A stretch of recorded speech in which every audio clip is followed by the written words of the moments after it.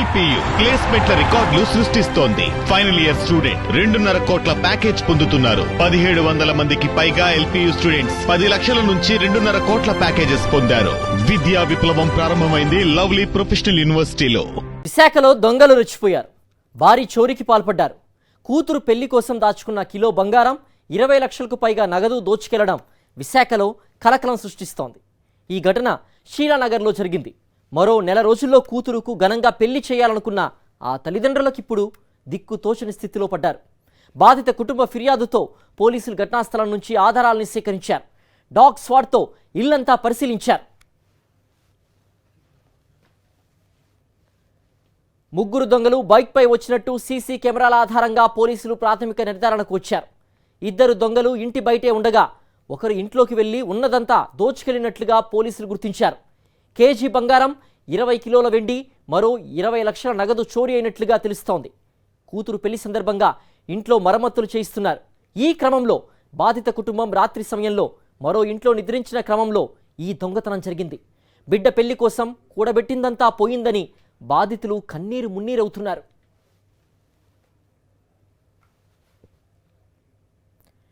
విశాఖలో చోరీ జరిగిన ఇంటి నుంచి మా ప్రతినిధి నరేష్ మరింత సమాచారం అందిస్తారు. విశాఖపట్నంలోని గాజువాక క్రైమ్ పోలీస్ స్టేషన్ పరిధిలో షీలానగర్లో భారీ చోరీ ఘటన చోటు చేసుకుంది.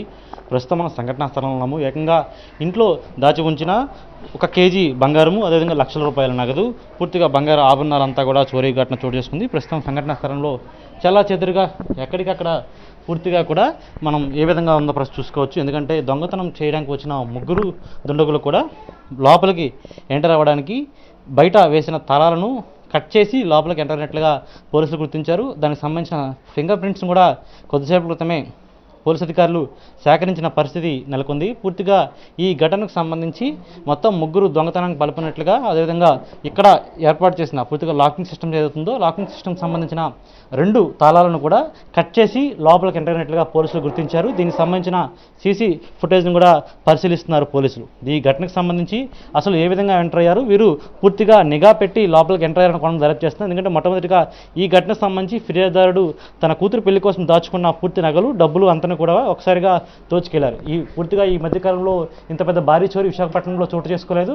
అయితే దీనికి సంబంధించిన ప్రాపర్టీ ఎంత పోయిందని కొన్న కూడా దర్యాప్తు చేస్తున్నారు. మరోవైపు ముగ్గురు దుండగులు ఎవరైతే ఉన్నారో ముందుగా 2 నిందితులు బయట చోరీ చేసే ముందు కాపలా కాసి లోపలికి ఒక వ్యక్తిని పంపించి అతను చోరీ చేసిన తర్వాత అతన్ని ద్విచక్ర వాహనంపై తీసుకెళ్ళినట్లుగా గుర్తించారు. అయితే ముందుగా ఈ ఏదైతే ఈ బిల్డింగ్కి సంబంధించిన సీసీ కెమెరాలు ఏమీ లేకపోవడంతో ముందు భాగంలో ఉన్న సీసీ ఫుటేజ్ ఆధారంగా పూర్తిగా దర్యాప్తు చేస్తున్నారు. అయితే ముగ్గురు నిందితులు ఉన్నట్లుగా ద్విచక్ర వాహనంపై సుమారు అర్ధరాత్రి 1 గంట సమయంలో వచ్చినట్లుగా గుర్తించారు.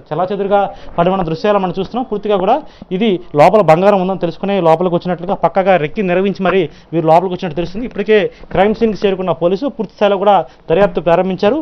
ఈ ఘటనకు సంబంధించి మొత్తం బీరువాలో ఉన్న నగదు, అదేవిధంగా గోల్డ్ను కూడా పూర్తిగా చోరీ చేసిన పరిస్థితి నెలకొంది. అదేవిధంగా వాళ్ళకి సంబంధించిన బంగారానికి సంబంధించిన దాచి ఉంచిన ఏవైతే బోర్డ్స్ ఏవైతే ఉంటాయో, అదేవిధంగా దానికి సంబంధించి దాచి ఉన్న బాక్సులను కావచ్చు, ఈ విధంగా చాలా చెదురుగా పడివేసి లోపల ఉన్న బంగారాన్ని, వాచెస్ని, రింగ్స్ని, అదేవిధంగా చైన్స్ని సైతం కూడా పూర్తిగా ఈ విధంగా చోరీకి చేశారు. అయితే ఈ చోరీ ఘటనలో వీరు చాలా అంటే ముఖ్యంగా వాళ్ళ బాడీ లాంగ్వేజ్ని బట్టి పూర్తిగా కూడా వారు దొంగతనంలో ఆరితేరినట్లు గుర్తించారు. అందుభాగంగానే ఈ కబోర్డ్స్ సంబంధించి, ఎందుకంటే పూర్తిగా వీరందరూ నూతన పెళ్లి వేడుకున్న నేపథ్యంలో పూర్తిగా ఈ ఘటనకు సంబంధించి ఈ ఫిర్యాదుదారులు ఎవరైతే ఉన్నారో అతను ఎల్ఐసి ఆఫ్ ఇండియాలో పనిచేస్తున్నారని, అతను లోపల ఈ మొత్తం ఫర్నిషింగ్ చేయడంతో దీనికి స్మెల్ వస్తుందని కింది ఇంటి భాగంలో నిద్రిస్తున్న సమయంలో ఈ చోరీ ఘటన చోటు చేసుకుంది. ఈ ఘటనకు సంబంధించి పూర్తి స్థాయిలో దర్యాప్తు చేస్తున్నామని, ఇంతులు పట్టుకుంటామని పోలీసులు చెప్తున్నప్పటికీ గత ఏదైతే ఈ 2-3 నెలల వ్యవధిలోనే పూర్తిగా కూడా సుమారు 2 చోరీలు చోటు చేసుకున్నాయి. భారీ చోరీలు, అందులో ఈ పెద్ద భారీ చోరీ కేసు.